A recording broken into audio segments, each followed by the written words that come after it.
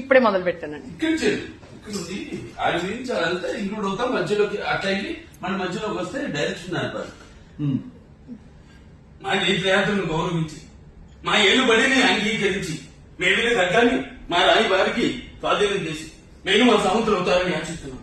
సమయం లేదు మిత్రమా, చరణమా ప్రాణమా, ఇప్పటికి ఉనికిని నిలుపుకున్నాం, ఇక ఉనికిని తాగుతాం. నూతన నిర్మాణమైన భారత రాజ్యాన్ని పరదేశ నేతృత్వ ప్రచారం చేద్దాం. దొరికిన వాడిని దొరుకుతాం, దొరకని వాడిని తరుగుదాం. ఏది ఏమైనా దేశం వేసి తిప్పుదాం.